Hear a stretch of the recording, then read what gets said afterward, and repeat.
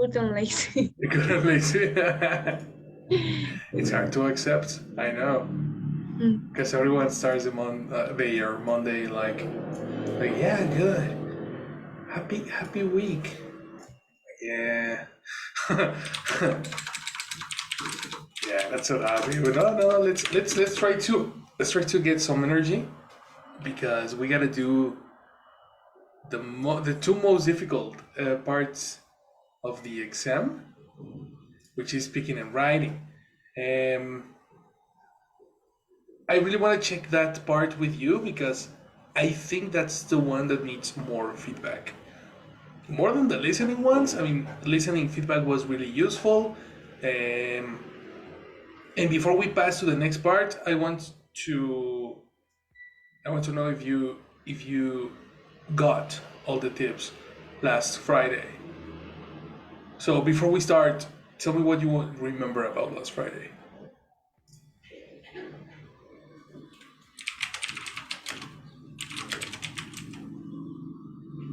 For the listening tips, Yeah, exactly. that we need to write down the information that we think is important for the listening.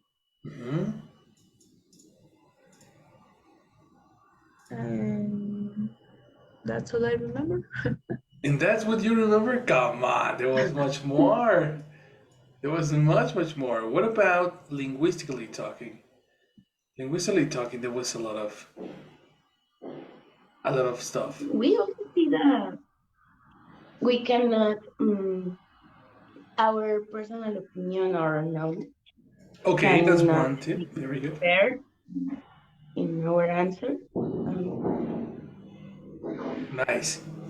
Nice. If you have information about the topic, try not to use that information when you answer. That's definitely one of the most important parts of listening. Very good. So that's the total opposite as the speaking section.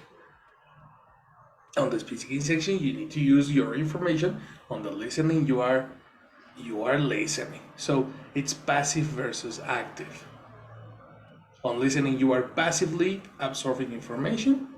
On speaking, you are actively using information. Okay, a very good recall, Sophie.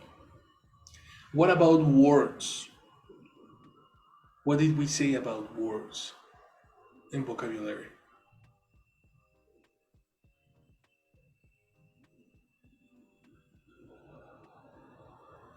That we have to write the word that we don't know. Sort of, but no, that will be very difficult because if we don't know the word, then identifying the word is going to be a massive issue. So there's another tip about words.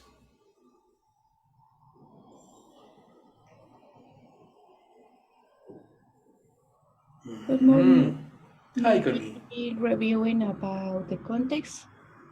What about context?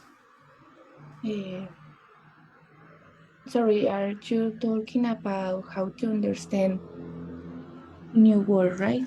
Oh, okay. Sorry. We are talking about Friday's tips for listening. Oh, we're listening.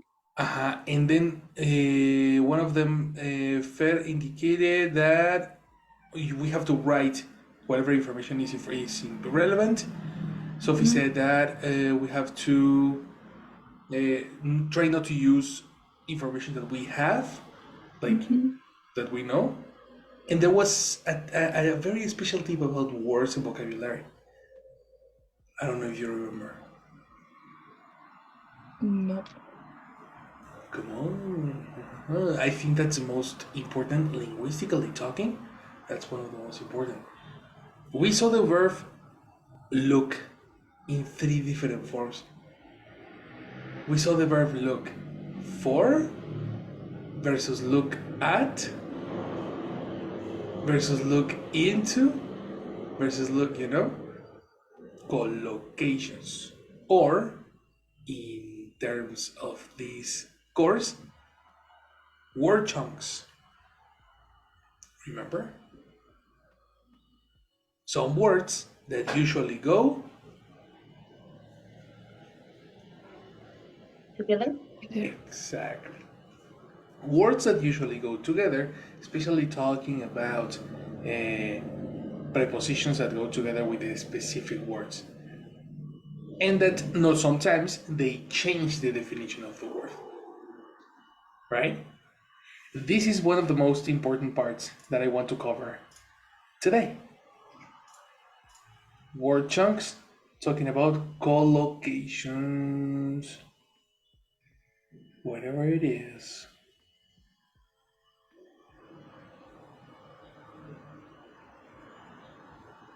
Conditionals, comparisons.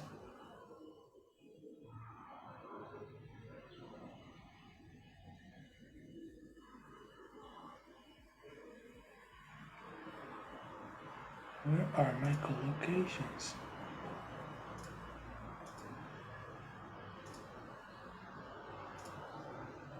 Forming adjectives.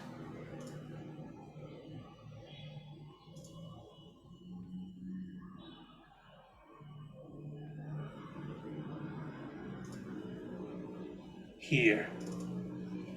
Words that usually go together.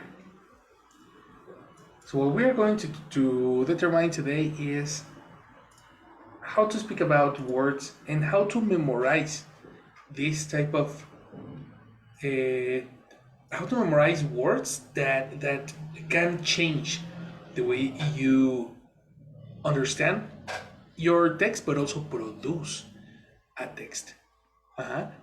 Because we usually, when we speak and when we produce, we are speaking Spanish. Collocations in words that usually go together are more native, more natural speech rather than Spanglish translation. You know? And memorizing collocations is very, very useful. Let me help you with this first section.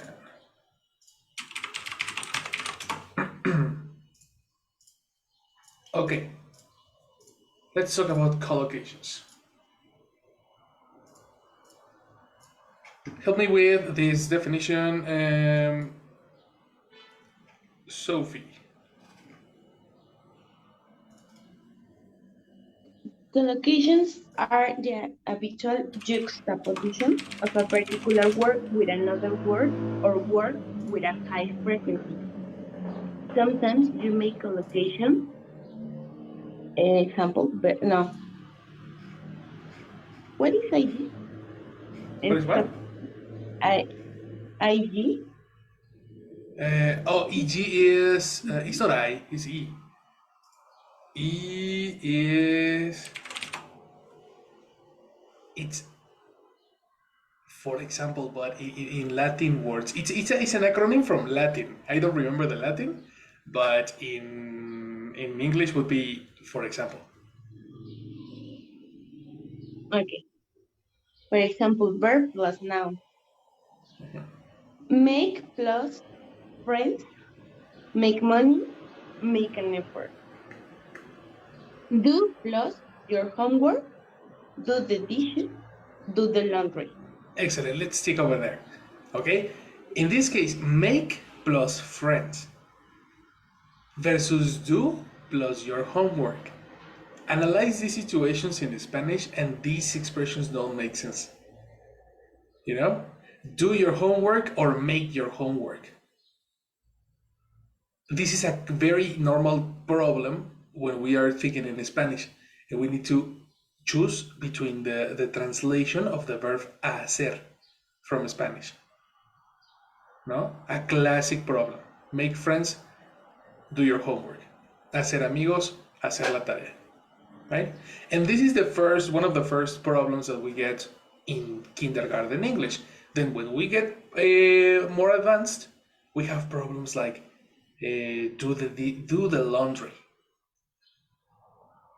which we usually use wash our clothes, because we have vocabulary and we say wash our clothes, but then we don't consider that we never say wash my clothes in English. Never. American people don't use that. They say do the laundry. That's what a collocation is. A word that is more used with a high frequency. Yes, wash my clothes is not incorrect. You know what I mean? But that's not commonly used in American English.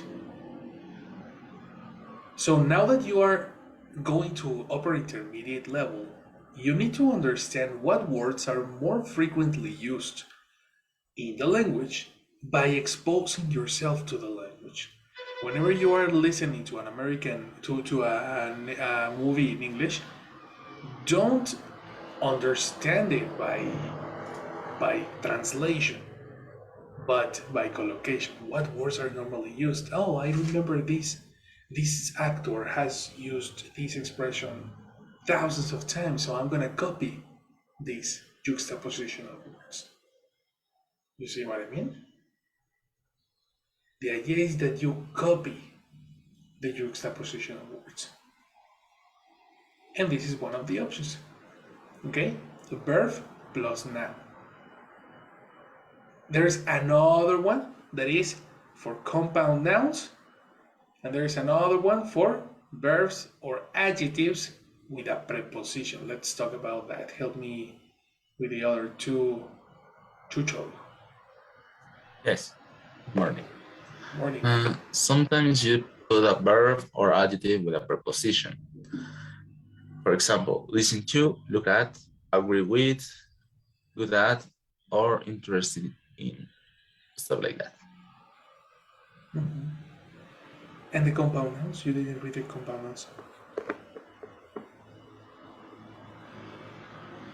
Oh, sorry, yes. Mm-hmm. Sometimes you make compound nouns. For example, streaming sports, snowboarding, windsurfing, or mountain biking, stuff like that. That's right. Compound nouns is another ability that we omit sometimes. Using compound nouns is also very useful because we are using a noun as an adjective. For example, if you say snowboarding, well, snow is not a description, but we are talking about a specific type of a specific type of boarding and a specific type of sport. There will be snowboarding, there will be waterboarding, there will be in the desert, what's it called? Sandboarding, etc. Windsurfing, beach surfing, things like that. Two nouns together making a description for the specific activity. You see? How do we normally say this in Spanglish? We normally say, for example, surfing off wind, you know? We use the connector off. And that's a classic Spanglish misconception. Every time you use the connector off, verify if you can use the compound noun. That's a tip that I'm gonna give you right now for the speaking and the writing. If you are going to use the connector off, check your sentence because you can probably make a compound noun. Okay? That's the next one. And the last one is that you have an adjective, a verb or an adjective with a preposition together. Which is the topic that we were talking about last Friday. When you say look at, it's not similar to say look for. But this is not a phrasal verb. A phrasal verb usually is a word that changes the definition, but here we are not using phrasal verbs because phrasal verbs are different definitions for look. You know? Let's go to the entry of look in the dictionary. Of course, this is an easy word. And you will think, okay, I dominate this word. If you see the definition where you have the connector at, look at, the definition is to turn your eyes in a particular direction. It means that if I am at the store and I want to tell you, hey, look at this, I want to show you a product that I really like. Look at this. Direct your eyes towards this object. You see? But if I go to definition number 2, the definition is not going to direct. It's not going to be direct your eyes. The definition is to try to find, similar to search. And look at the connector. The connector changed. And technically this is not different from the natural definition of look, because when you are searching, you are using your eyes. Do you agree? So technically this is not a different definition. It's only a different application of the word, probably. You know what I mean? That's precisely the issue about collocations. This is an excellent example of collocation because it's not a phrasal verb. Phrasal verbs with look may be, for example,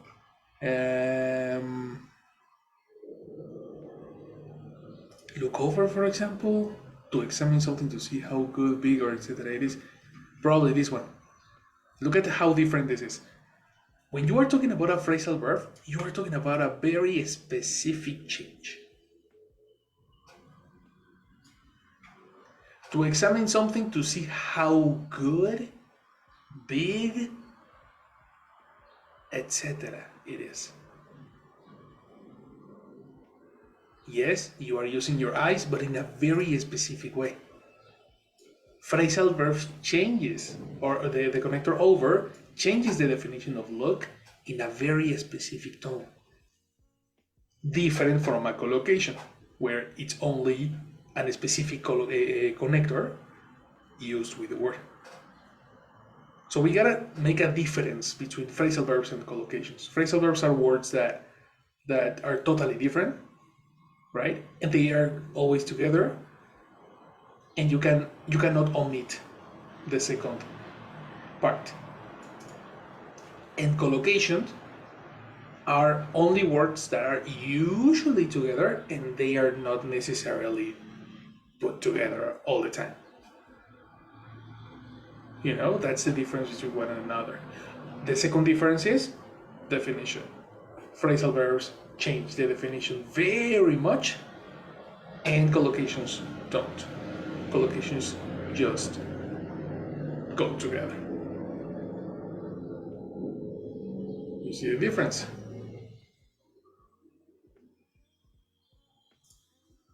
Yes, is it difficult to say this different? No? Awesome. Look on with. To consider something or somebody in a particular way. They looked on his behavior with content. Well, look at this, so this is so different. That's why when you are doing a production exercise like speaking and writing, I suggest that you use collocations and not many phrasal verbs. If you have phrasal verbs in your mind, cool, this is extra points. But I prefer, or assessments, they prefer you to use collocations correctly. Okay? Let's see some examples.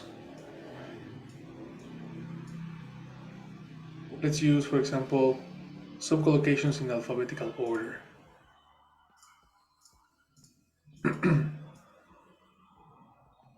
Help me with the number, with the first one. Accused of. He's been accused of robbery and murder. We are talking about legal terminology, and the connector is of. If you use accused about, accused because, accused any other, incorrect. Give me an example with accused of Luis. Alex.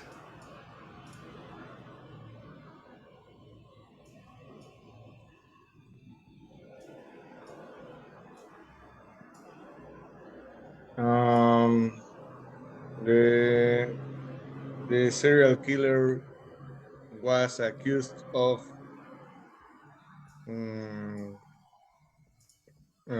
murder many people. Or, Murder is not a verb.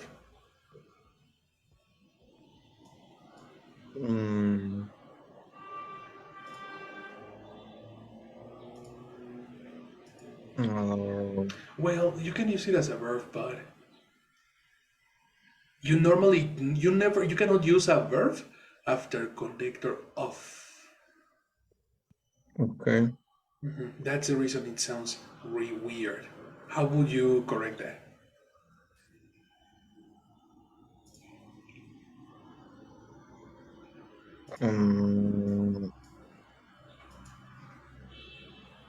Killed? Is killed? No. Killed is also a verb. So let's try to get that. A verb is flexible because you need to know the form of the verb. After connector of, you need a noun. There is only one form to transform a verb into a noun. What is it?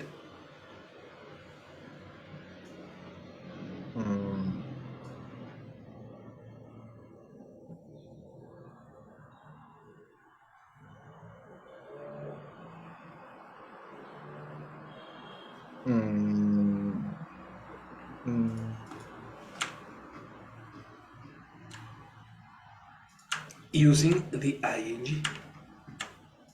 Murdering? Exactly. Yes. Complete. I changed my sentence. Don't change it. Correct the one that you said. With other example.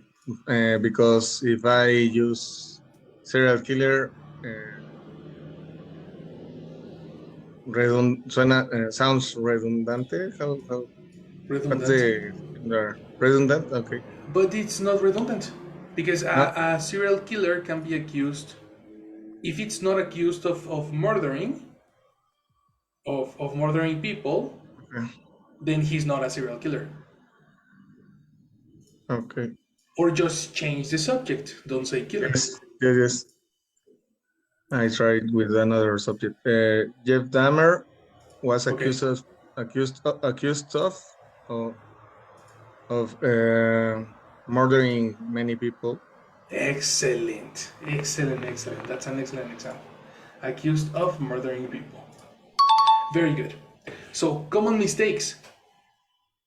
Collocating a verb after of, that's a very common mistake, right? And using a different connector, such as about, because, etc. Okay. Perfect example. Let's go to the next one. Accustomed to. It'll take time for me to accustom myself. Look at the collocation, accustom myself to the changes. Here you have a person between the collocation.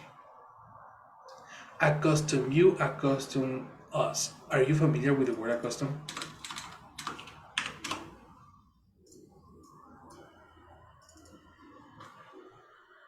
Yes. Who will tell me the definition of accustom?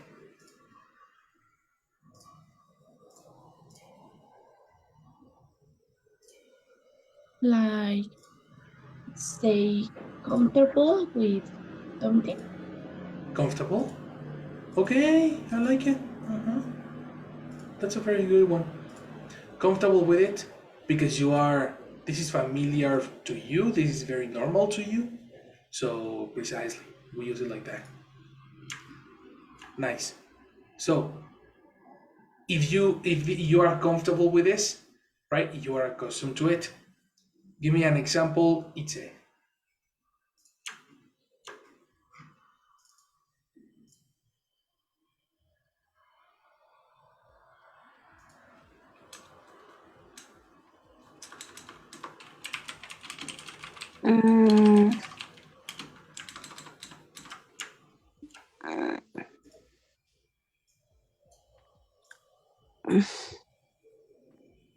My dog.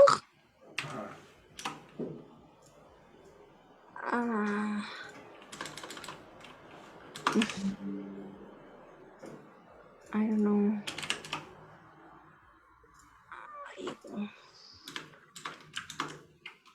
What has your dog been accused? No. What has your dog been accustomed to? My Recently? dog is accustomed to out.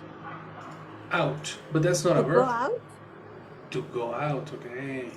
My dog is accustomed to go out at mornings. At the morning.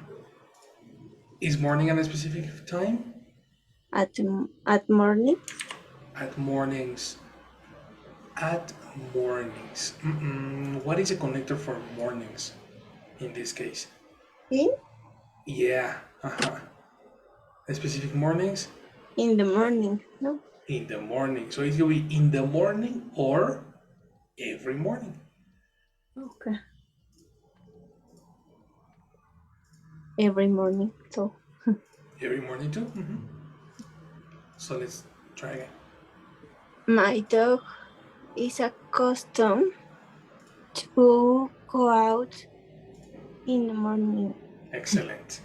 That sounds perfect. Very good. Accustomed to, right? We normally use used to, right? Used to is another form to say accustomed to. Look at the association. Used to, accustomed to. The connector to is used for this specific expression. And you can associate parallels, synonyms. Okay? Now, connector to is normally for direction and destination. I go to the beach. No? But in this case, it's not about direction. In this case, it's only omit the definition of the connector and associate it with used to. Okay? Let's go with the next one. Addicted to. A lot of people nowadays have become addicted to the internet. Oh, yes. That's me. So, example, Chucho. For example, well, I'm addicted to many things. The Watch out. particular Addict is a noun and the description is addictive.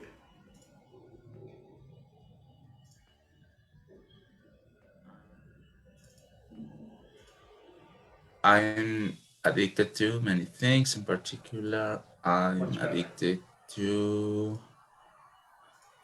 play with my dogs. Yes. Good. Okay, watch out. You committed a similar mistake as Alex because you said addicted to play. We never use a simple form verb after connector to or after any Playing connector. Playing, exactly. Again. with my dogs. Yes, of course. You're addicted to playing with your dog. A very common mistake is addicted with. Or addicted of. Very common. A lot of people make this mistake in the reading and the writing test. Makes sense, no? How do you say addicted to in Spanish?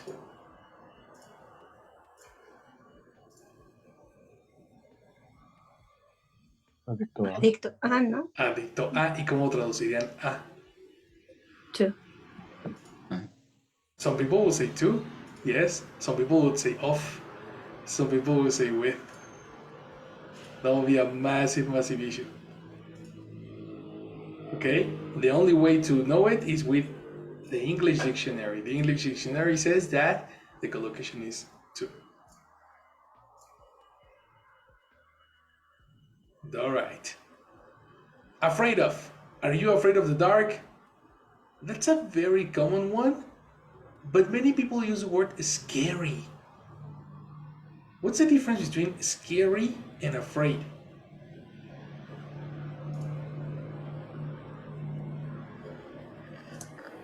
I think scary is momentary. Ah.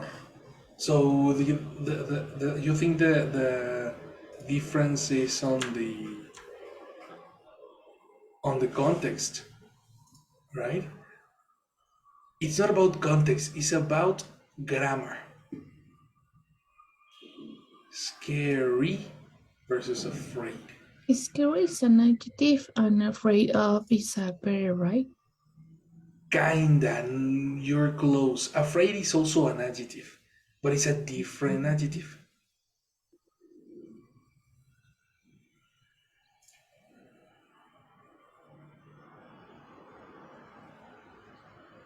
No. Close, anyone? Scary is a noun adjective. I mean, it's maybe for things. Uh-huh. And afraid is an emotion. So Afraid is an emotion, and scary, it's also yes. an adjective, but it's an emotion. So we can use it for people or animals. You are correct. If you say scary is what emits the sensation, you know, and you are afraid of scary things. The movie is scary movie. When you see a scary movie, you feel Afraid. exactly. So it's about who produces and receives the action. The subject is afraid, the subject is scary. Right? But when there is a scary, there is another person receiving the scare. And when you are afraid, you are receiving the scare. Now you see the difference? There you have it. Both descriptions, but in a different context. So, give me an example. Isra. Mm, Sometimes I am afraid of knowledge. Incomplete. Afraid is a description. What do you need first? Sometimes I feel I afraid of. feel or I am. Okay. So I think it's, in this case I am afraid of a knowledge event. Nice. You are afraid of what? Afraid of Uh-huh. a knowledge event. A knowledge. What is a knowledge? I know. No, a knowledge. No, it's no. I know. Oh, pronunciation. Unknown. With an N at the end. Okay, I know. Unknown.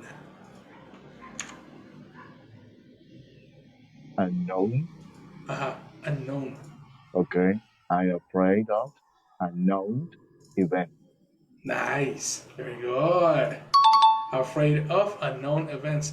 Eliminate scary and a different connector is afraid about. That's incorrect.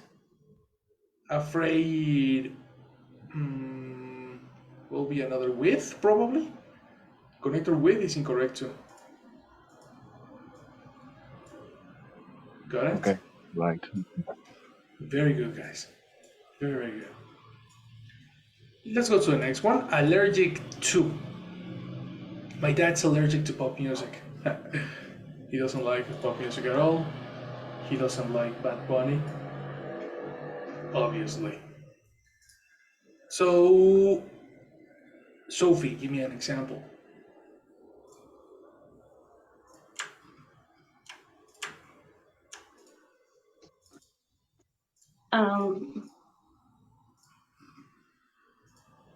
I've never been allergic to any food. Let's check your sentence again. Okay, I've Uh-huh. never been. I never been. Are you saying I've or only I? I, Contraction, no? yeah, Okay, you are correct then. I've never been. I've never been allergic to any food. Perfect. You've never been allergic to any food.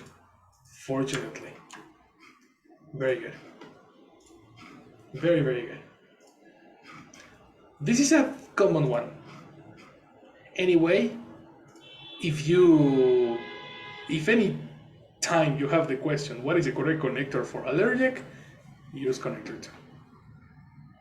Okay. The next one. Go. It says here, amazed at. This is very, very tricky. Amazed at. What's the definition of amazed? She says she was amazed amazed at how calm she felt after the accident. So what's amazed?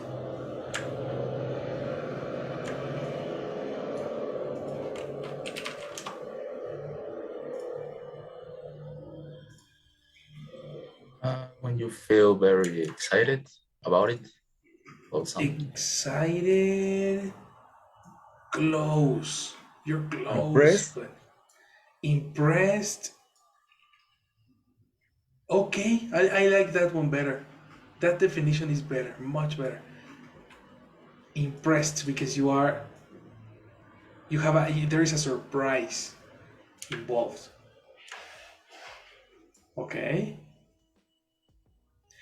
And this is very tricky because when you say impressed, you say impressed with. Let me verify with the dictionary. Impressed is an adjective. Impressed. Impressed with, impressed by, and impressed, look at this. Impressed at. The synonym is using the same connectors that we have here. My question is, can you say amazed of? Let me check. Amazed at, amazed by, and no, you cannot say amazed of. Did you notice that I almost read amazed of? Yes. That's a very common mistake. I personally do. Amazed of and amazed with. So no, in the dictionary you don't have amazed with, neither amazed of. So this is a Mandela effect.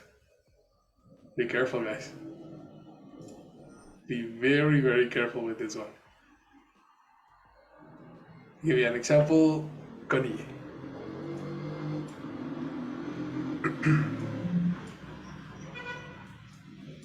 He was amazed at how um, how went the party? How went the party? How went the party? Person verb complement. How went the party? What is the subject here? He was amazed at how when the party after all. Huh. But what happened with went? I mean, your sentence is correct, but the order is wrong. If you say how is a connector for ideas, no? And ideas are person verb complement, how person verb complement. He was amazed at how the party went. Exactly, girl. After all, That's correct. After all. After all is just a complement. yes. Very good. Very, very good. So he was amazed at how the party went. After all. Very, very interesting mistake here, guys. Be careful after connectors. They're called relative connectors. Relative connectors are which, when, what, where, that, etc. Usually, after this type of connectors, we commit the mistake to collocate the verb before, because in Spanish it's common. Right? Let's try to translate the following sentence. Quiero saber cómo te fue. ¿Cómo te fue? How would you translate that in English?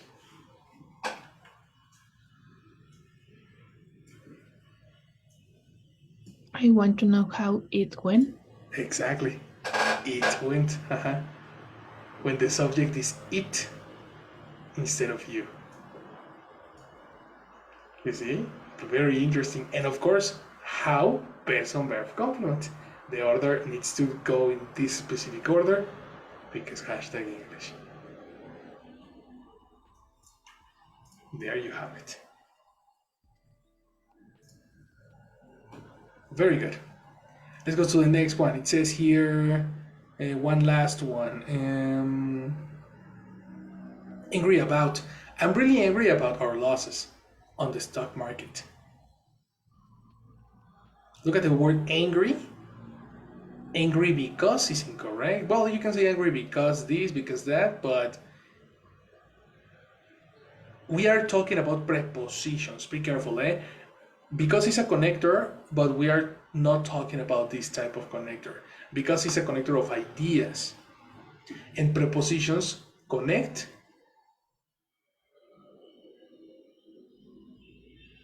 What? What type of words?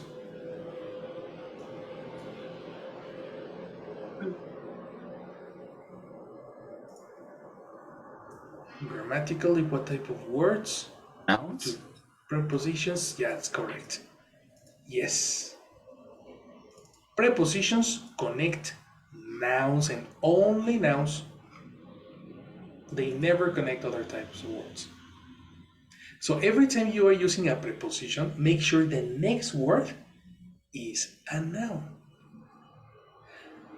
Losses is a noun.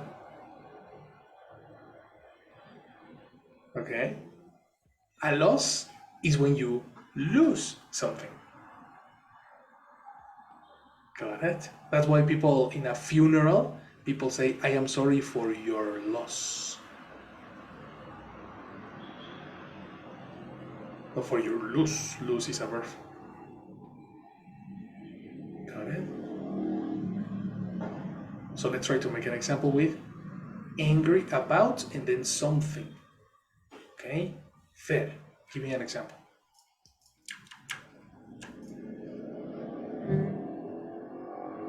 I don't know if this is correct. Mexico lose their last match and my brother got really angry about it. Yeah, about it. Yes. And that can be a common collocation. Angry about it. Using pronoun is a good, effective way. Very good. I like it. Let's go to the next one. Okay. Now, here we go. There is something important about this list. If you notice, all the lists and all the words that you have in this list are adjectives. That's why we have them in orange. We have to remember two things. Let's take a little note over here. Remember, one,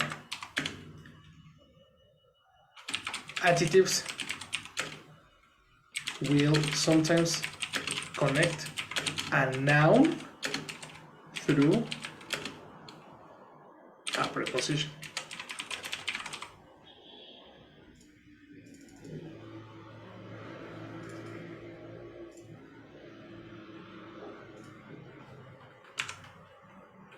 Okay, and of course, prepositions are connectors of nouns.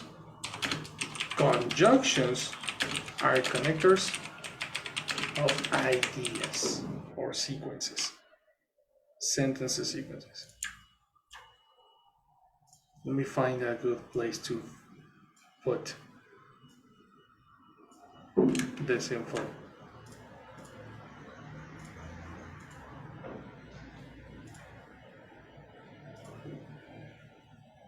There we go.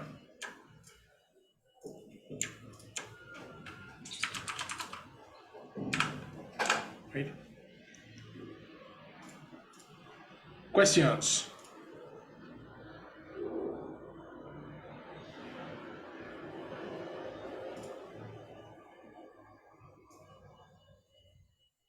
No.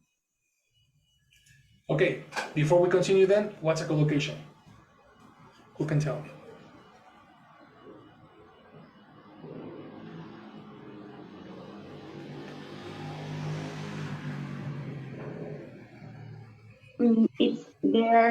They are words that go together, but it is not necessary as a phrasal verb, for example. And also, it these two words together don't change the meaning of the verb if it is Nice. a verb. Of the original word. Exactly. Very good. And I like this this definition because Sophie said they are not necessary. That's correct. What happens if you say, for example, let's take angry, no? You can say, oh, my father is angry. Period. So the connector is not necessary. You see? My father is angry. That's it. Oh, your father is angry? What is he angry about? Question mark. What is your father angry about? My father is angry about me arriving home drunk. You see? This is when you use a connector, when you are connecting the reason why he's angry. Before that, that's not necessary.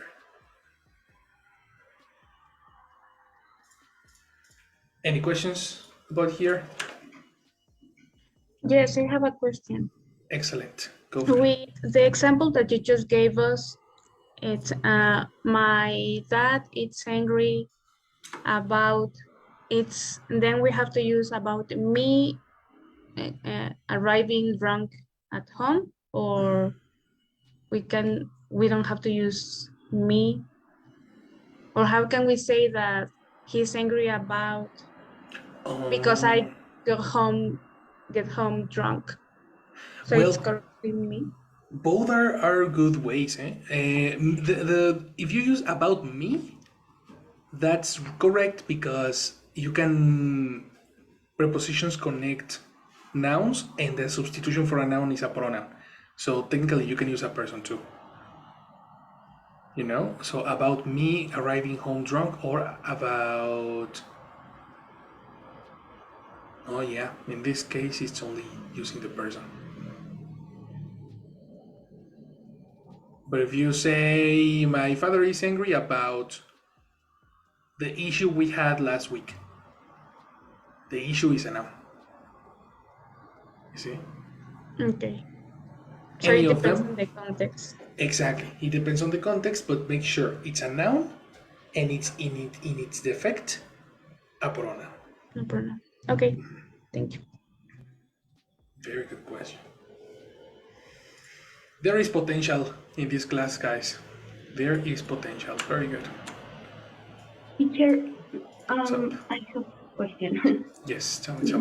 we can this type, well, the collocations always can be separated. I mean, in what example? There's an example that separate the collocation. The one over here with a person. It was myself. Accustomed myself to. We can do that with all of them. Well, that's tricky. It's tricky to. It depends, you know, because well, it's not. Don't look at it as a separation. You know, in this case, we are using the word myself between because the word myself is a very particular example. Like Fer said, it depends on the context. So I can say in today's example was my dog is accustomed to going out every morning. No, in this case, it was not necessary to collocate anything between because there is not a pronoun involved. You know, but what happens if accustomed, for example, we need to understand what is a transitive verb. A transitive verb is a verb that requires another person. For example, the word love or like. If you say I like, period, it's incomplete, no? What do you like? In this case, accustomed, if you eliminate myself, you are missing information. Okay. I'll take time for me to accustom to the changes. Accustom who? It can be accustom you, accustom her, accustom him. It's missing information, like the verb like. So in this particular case, it's only separating or it's only using an additional word because it needs the secondary person.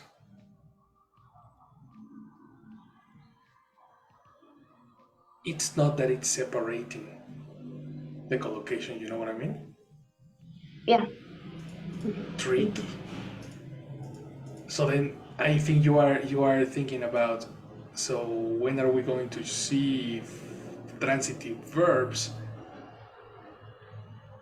The issue about transitive verbs is that there is no way to learn transitive verbs. The only way is like checking the dictionary and finding words that need the object necessarily. Yeah, maybe I got confused with that because I remember something like that. That there is one of those type of verbs that cannot be separated. You are thinking in phrasal verbs. Yeah. But okay, it is clear for me. Nice. Yeah, this is super important. These words, all of this, they are not phrasal verbs, guys. That's super, super, super relevant. Very good. Very, very nice. So let's talk about precisely this one. Let me help you with one more collocation list. These are verbs plus descriptions. Take a read while Jessie passes attendance. Okay, so Jessie, let's go. Thank you. Good morning. Good morning, I girl. will take your attendance, please. Yes, please. Bonnie? Here, good morning. Good morning, Bonnie. Itze? Hi, good morning. Hi, Itze. Jesus? Hi, good morning. Hi, Jesus. Ale? Good morning. Good morning, Ale. Per? Here, Jessie, good morning. Hi, Per. Good morning. Sophie? Good morning, Jessie. Morning, Sophie. Thank you. And Isla. Hi, good morning. Hi, Isla. Thank you. Ahora sí vinieron todos. Oh, well. Esto, pidan un deseo, banda? Esto no pasa a las 7 de la mañana. O sea, esto, pidan un deseo, esto es un milagro. Thank you very much. You're welcome. Thank you to you. Good day. Yes. Bye. Wow, very good, guys. Thank you for coming. Thank you for coming. All right. Phrasal verbs. Now, collocations. These words are not phrasal verbs. They are only words that are usually together. All of these are verbs. Verbs, verbs, verbs. Okay? So we have here, let me just eliminate, admire of. Look at how impossible it is to translate this into Spanish. It's totally impossible to think about admire of in Spanish. Look at this example. I admire my colleague for his patience. No. Let me find another example. Admire.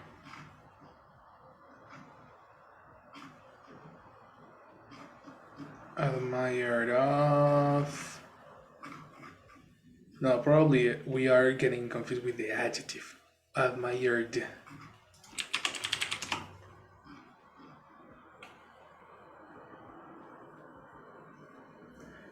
No, it's not of, it's for. Why did I write off? Let me just check an example. Well, in a moment. Admire somebody or something for something. Example, the school is widely admired for its excellent teaching. Right? That's easy to understand if we're thinking in Spanish. This is very easy to consider it. Give me an example. Connie.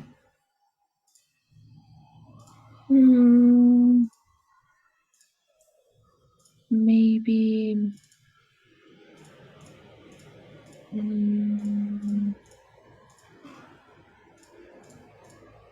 the poet is admired for the recent book that he published. Okay, the poet, you said? Yes, the poet. The poet is admired for what? The recent book that he published. Okay. Okay, that's a good one. Very good. Admired for. That's an easy one. Very good. The next one. Help me. It says agree with. She agrees with her friend's ideas. A very common mistake with this one is using the verb to be. Because when you are thinking in Spanish, de acuerdo es una descripción. Right? So, en español decimos estar de acuerdo. When we pass to English, how do you say estar in English?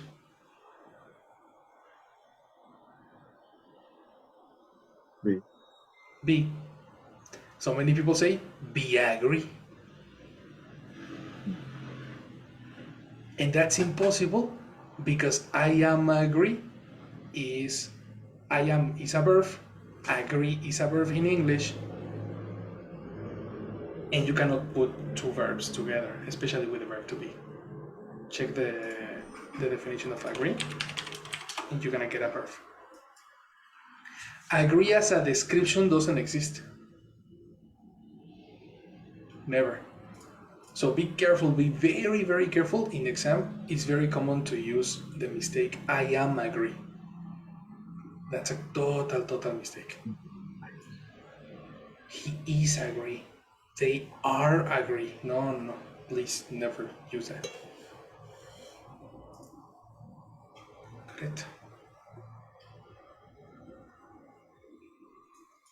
So, collocations. Yes. Sorry. In Yes, the previous example where we use admire for, we're expressing is who it's admiring or the reason that something is admired. Oh, great. Exactly. Admired for is passive. So it's like the person is admired by another people. Mm-hmm. And when the person admires, let's say, for example, I admire my father, I also use for. I admire my father for his job. In both cases. Okay. So You see? you admire your father or it's a great person. Okay. Exactly. And your father is admired by his family. Exactly. For this and this and that. Okay. Connector for again. So technically, if it's passive or active, the connector doesn't change. Okay. Very good. Very good. Okay, so passing to the next one. Look at the collocations. Agree with, agree about, or agree on. I think the less common, the one that is less common is agree on. Don't you think? That's not common thinking in Spanish, but very common thinking in English. So let's all agree on that. Very common example. You cannot expect them to agree on everything, to agree about everything, to agree with everything. Okay. What happened with a negative way? It's I not agree or I disagree. Definitely. Well, it depends. Both are correct, but think about a verb. What is the negative for a verb? In this example, I'm not. No. In any example, imagine a different verb. Imagine the word go. What is the negative for go?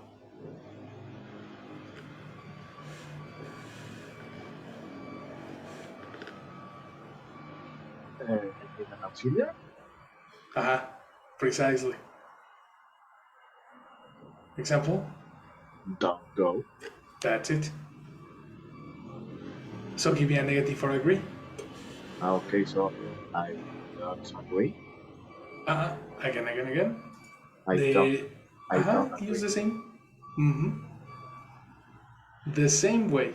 Associate one verb with another verb. If I say I don't go, because go is a verb, then you can say I don't agree. I don't agree. Okay.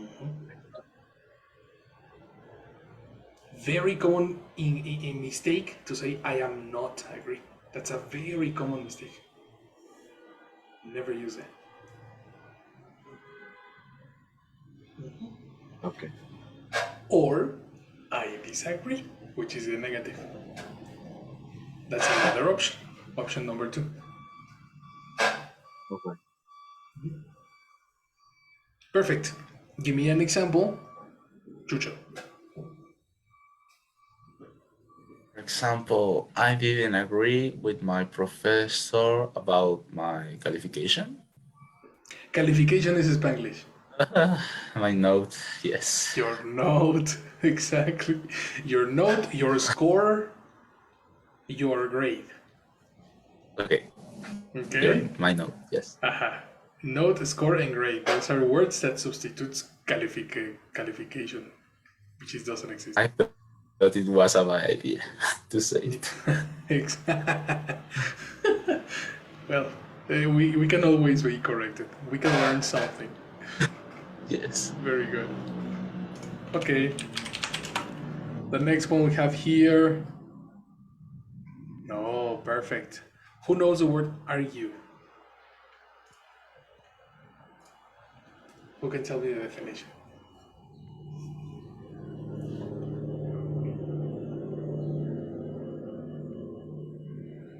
You have a discussion with someone about something.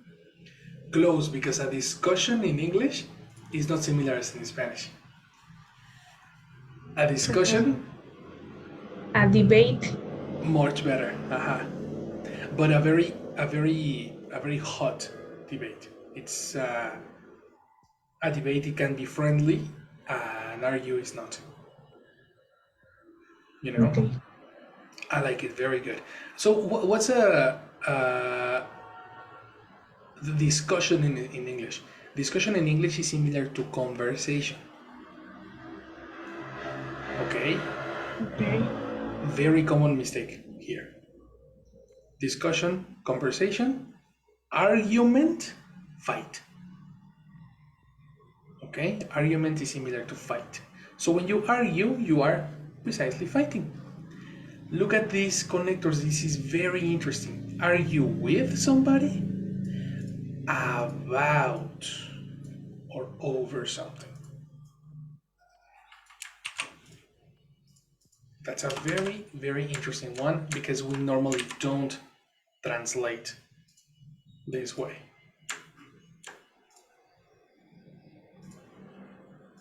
Are you with somebody? About or over something? We are always arguing with each other about money. And if you don't want to say to somebody because it's not relevant, omit somebody and omit with. And you get, are you about? Are you over? And that's it.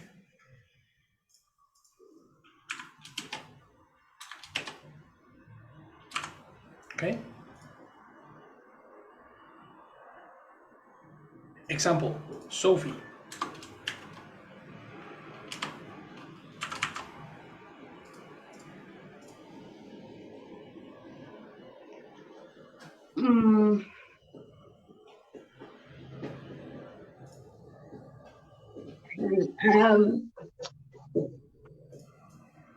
My politicians always argue about their difference. Nice. Difference is only one, plural? Differences. Differences, very good. Excellent example. Now give me the same example, but substitute about. Okay, politicians argue over over the differences. Exactly. They is not the possessive. Possessive for they. Their. Excellent. Again. Politicians always argue over their difference. Much better. That's correct. That is correct. Perfect. Perfect, perfect, perfect. That's not a common connector for a student that is always speaking or thinking in Spanish.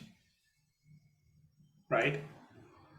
So using the word arguing over in a TOEFL exam gives you very, very good points. Okay. Let's try another one. How the word believe. Believe that, believe something, believe somebody.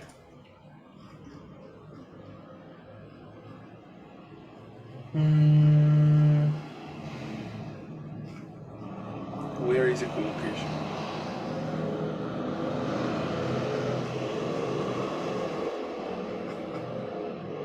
It's not believe in somebody.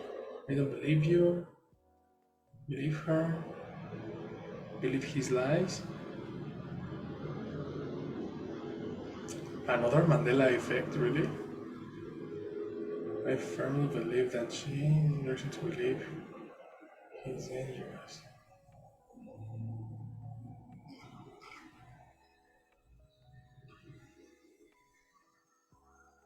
You can say believe in, no? I have heard many people saying, I believe in you. Couldn't believe what I was hearing.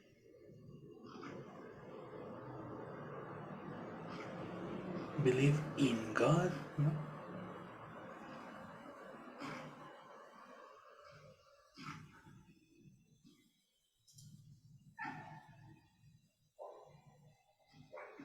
Ah, okay, believe in is a phrasal verb. Interesting.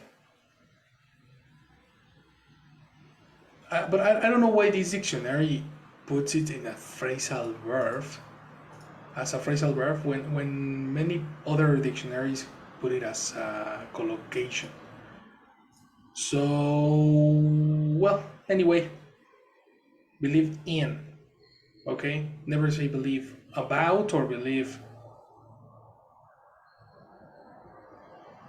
only about. You know, be careful with this mistake. Also, something very relevant here. If you are saying the word believe, most of the times you don't need the connector in. Watch out. Yes, the connector for believe is in, but check these first examples. Especially this one. Do you really believe her?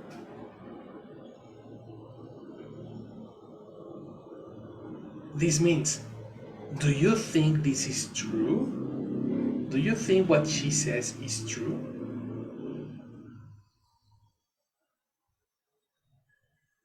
It's incorrect to say, okay, I know why this is a phrasal verb. If you say, do you really believe in her?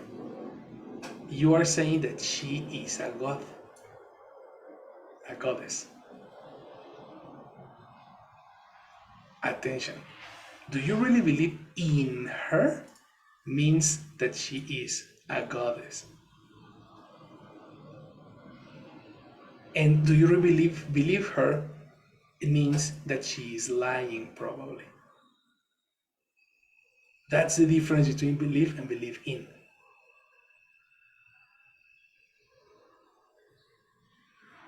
Got it? Tricky, no? Yes, it's just. But for example, no. If you love a person and you say, I believe in you, No, because this person is your God. Exactly. I believe in you. Saying that this person is your God, that doesn't make sense. If you are giving a religious meaning to your sentence, probably. So people at the church will say, thank you, God, because we believe in you. And that's it. But if you are talking to your lover, then you would say, I believe you. Okay. Right? Because Yes. you think she is true. That's a very tricky one. Very tricky one. So watch out. Another very important lesson for the speaking and writing. Okay? Take that as a note. It was believe versus just believe.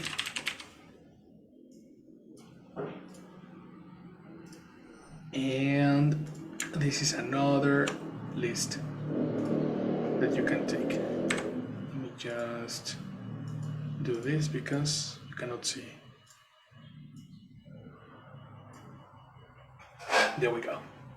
Screenshot this second one and the adjectives also. Study them, read them, check them out, because tomorrow we are going to do the speaking and writing practice. Production practice. Okay. Let's keep it over there. And we finished for the day. Very good class, guys. Thank you for coming. Thank you. See you tomorrow. Thank you. Have a Alright, good good day. Bye-bye. Have a You nice too, day. guys. See you later. Teacher, Chucho. only Yes. Tell me, man. in the first example,